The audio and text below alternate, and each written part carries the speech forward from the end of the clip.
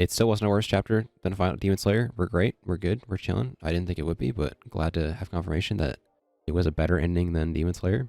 I think it was very whelming, but not in a bad way. Like I think it was a good conclusion to the main character arcs of our two guys, which is like Yuji and Sukuna. They are the two opposing forces that have made up the majority of the story. And he spent like 260s, those ones on their fight, which was probably some of the best the series has ever been. Which to have that end here was a nice, fulfilling thing, even if it isn't like as grandiose of a finale as I think people wanted. It's whelming, but it's fulfilling. Like I'm not crying, but I'm like, yeah, it really was our Jujutsu Kaisen. I think overall, though, Jujutsu Kaisen was great with its, especially with its fights. And once the anime comes out for all of this, anyone who hates it, I imagine, is going to switch up when you're watching Akari versus anyone, and it's just the best thing ever. And ultimately, I think Gege made a lot of great characters with some really interesting powers that, like, most didn't have, like, their big moment to kind of finish or, like, get some development. But I don't think all of them needed it. Like, a lot are just kind of cool concepts. Where it's like someone like Hakuri, it's like, how do you give that man an arc? His just thing is that he gambles all the time. Like, you don't need to put more thought into it than that. And I think that's what makes him so good. Is that he's just kind of like the gambling guy. Like, it's funny, but also like a really cool power. And then you like the polar opposite where there's like Higuruma, who has probably like the most interesting domain expansion. Because it's just such like a flex on Gege's part for how creative he could get with it all. And he gets pretty creative with a lot of it. And I think domain expansions are a really nice, like, big power final move that feel like a different niche from like other ones where it's like there's this Nen which everything is integrated into you as a person, which I think is like the peak, it to me is the peak of all power things in general. Where I think domain expansions is like the second level of that, where it's like it's still intimately tied to their character, but also it's still like more broadly connected to the power as a whole, where it's like it's still like exorcisms and all that and like demon stuff.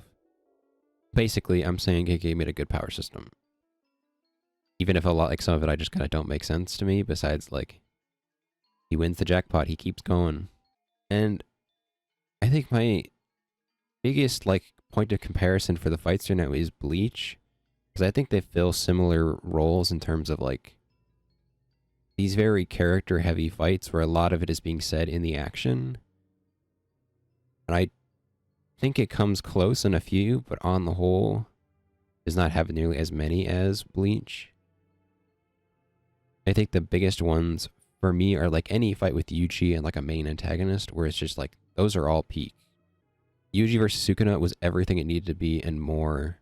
It's just such a good conclusion to his arc and like thematic fulfillment of Yuji as like a human being. And then Gojo versus Sukuna, like just anyone who ever says that fight is not that good, genuinely like get checked out for something. Like that's a crazy thought to have. And especially once the anime for that comes out, like you will not be allowed to hate that fight when the anime comes out. It will be too good. You will have to respect it. But I think on the whole, my overall opinion of Jujutsu Kaisen is at worst, Jujutsu Kaisen is very funny to me. Especially in the latter arc, in the Shinjuku showdown arc and all that. It's never bad, but it makes some really funny decisions that definitely weren't intended to be funny. But to me, when I'm reading it, I'm like, this is silly, but in like a fun way. Where it's like the whole, where Sukuna runs the gauntlet with like every character in the story is very funny to me when it's like, these guys just keep popping up one chapter after the other. And it's like, we're getting a guy from the movie. He just shows up and is like, hey guys, my turn for the fight, and then just leaves. And that's awesome. And I love that. That's really funny. The peak of this, but in a good way, is the Kenjaku Sakaba fight, where it's just like a comedy routine. I think that it's like, besides the main, like actually important story fights, between like Yuji and all them is by far the best fight in the series. The Hakari gambling fights are like maybe second place to that, but the Kenjaku Takaba fight is awesome and I love it so much. It's so fun and such like a brilliant way to end Kenjaku, even if like allegedly he's back, allegedly he's not dead. We get that one panel where he's covered up by the text box, but it looks exactly like him. So he just like a version of him just got summoned. I think arguably the worst in the funny way is Nobara coming back, where she's just kind of gone the whole time and then just like shows up. But admittedly, I was kind of not really into that. Like, oh no, she's never coming back, but she's not dead, so she could come back. Like, I didn't really have a stake in that fight because I honestly just don't care. Like, I was like, if she's dead, she's dead. If she comes back, she comes back. Oh well, she came back. Glad to see it. It does make the ending feel more fun and happy because uh, not everyone is dead. You get to see the gang back together, just living life. And honestly, that's like the best part of the final chapter is just seeing them happy again. Like they've all been through so much to just see them living life, doing their jobs, having fun. Seeing Yuji be like an inspirational figure and really trying to fix society in a way that Gojo couldn't. Instead of just being this like beacon of power where it's like everyone is afraid of you. You can see Yuji trying to connect with the freaky eye guy and being like, hey, you can be better, so be better. Is a really nice conclusion to that where it's a whole you can be strong, but also you can connect with these people as human beings because they ultimately are still human beings. Yeah, that's really all I have to say about Jujutsu Kaisen. It's good. I liked it a lot. I have my complaints. I don't think it's a perfect story. There are definitely better Shonen Jump works than it. But it was never bad to me.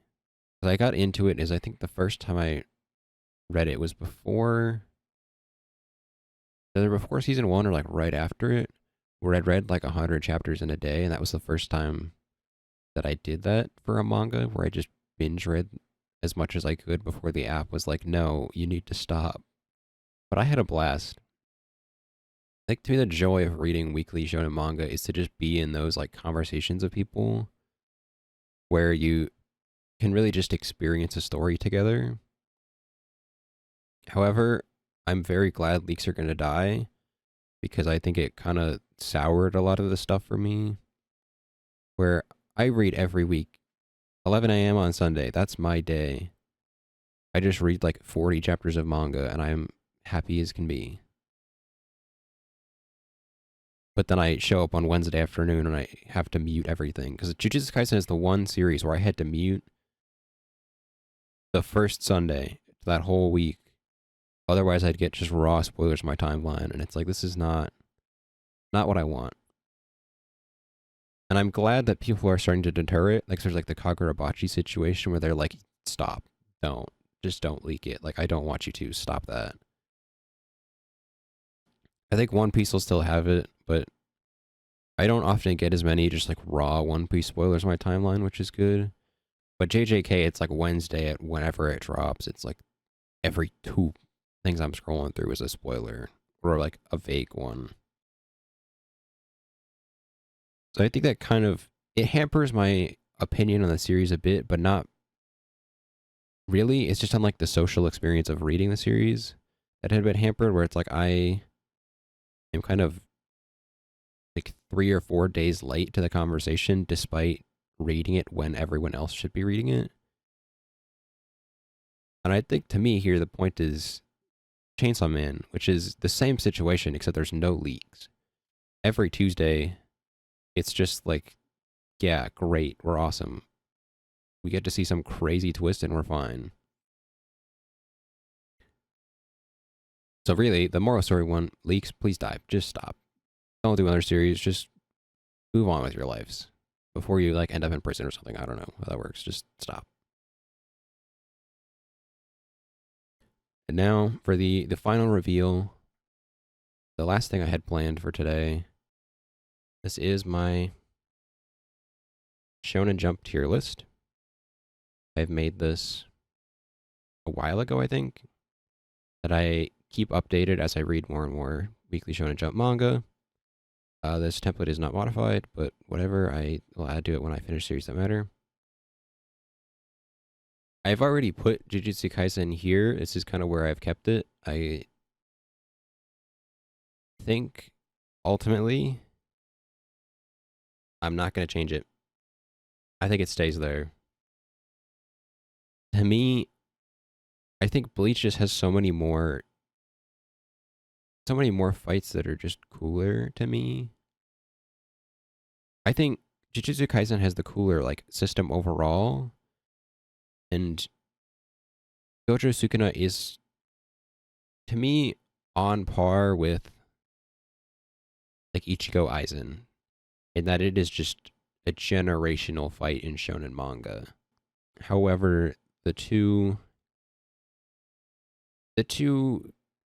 final arcs of the series kind of vary in quality.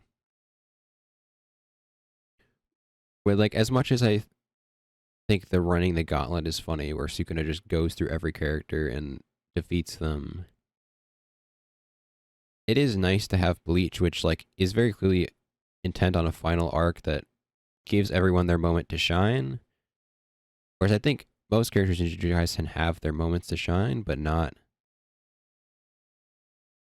in like not in an important way. But some of them do throw hands at Sukuna and then just get washed. But ultimately, like I think it's not a high gap between the two. I think if a reread of JJK could swing it, but Aizen's just so cool. I love him so much. I think he's just so awesome. But ultimately, like JJK is still very good. Like to be in basically the top of A tier is very good. Don't get me wrong. Most of the other stuff, whereas like two of my favorite works of fiction of all time, and then like a lineup of goats, and then two of the big three like Shonen Jump ones that are all just like that good. There are worse things, and half of these aren't even finished, or are finished and we're just okay. So that's my whole opinion on it. We did it. Jujutsu Kaisen's over. We won, I think. Ultimately, it was fun. I had a blast. It is all over. Now what? Go read Kagurabachi. It's the next thing. It's the next hit manga. You gotta read it. You gotta be there. It is so good, and I love Kagurabachi a lot, and I think it really is like the perfect jumping off point for people who have finished Jujutsu Kaisen and want to do something else with their manga reading time. Oh yeah. Let me know what you think of the ending of Jujutsu Kaisen. I'm sure I'm one of the many opinions on the ending that I think it's fine and good enough. I'm sure many people are very upset there's not a part two, but there was never going to be a part two, guys. I hate to break it to you.